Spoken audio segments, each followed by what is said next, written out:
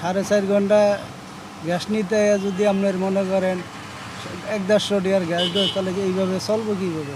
এই যে 83 টাকার গ্যাস নিছি, এটা আইতে আইতে আপনার আরো বেশি পড়াইছে। রোদে পুড়ে ঘামে ভিজে ঘন্টার পর ঘন্টা লাইনে দাঁড়িয়ে অপেক্ষারত এই মানুষগুলোর গল্প একই রকম। যাদের সংসারের চাকা ঘোরে গাড়ির চাকায় ভর করে, তাদের দিনের অধিকাংশ সময় কাটছে সিএনজি ফিলিং স্টেশনগুলোর দীর্ঘ লাইনে গ্যাসের অপেক্ষায়।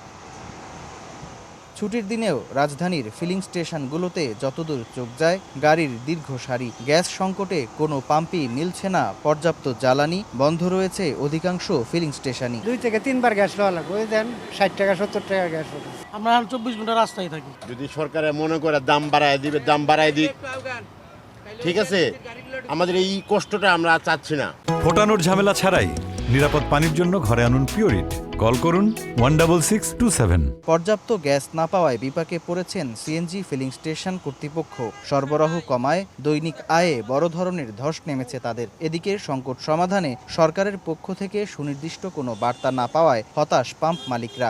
অন্যদিকে ক্ষুব্ধ চালকদের চাপ সামলাতে গিয়েও নাজেহাল পাম্প কর্তৃপক্ষ। লাইনে প্রেশার কম, গ্যাস কম, গাড়িওয়ালারা গ্যাস ঠিক মতো পাচ্ছে না। একই গাড়ি 3 বার 4 বার 5 বার আয়ে লাইনে দাঁড়াচ্ছে, একবার গ্যাস নিয়ে যাচ্ছে আবার আয়ে দাঁড়াচ্ছে। এইভাবে তো লাইনের পর লাইন হচ্ছে, ভোগান্তি আমাদের হচ্ছে এবং আমাদের চেয়ে কাস্টমার এবং ড্রাইভারদের ভোগান্তি মনে করি বেশি হচ্ছে। গ্যাস সংকট দীর্ঘায়িত হলে বড় ধরনের আর্থিক বিপর্যয়ের শঙ্কায় সাধারণ মানুষ। সামদানি প্রত্যয়, সময় সংবাদ, ঢাকা।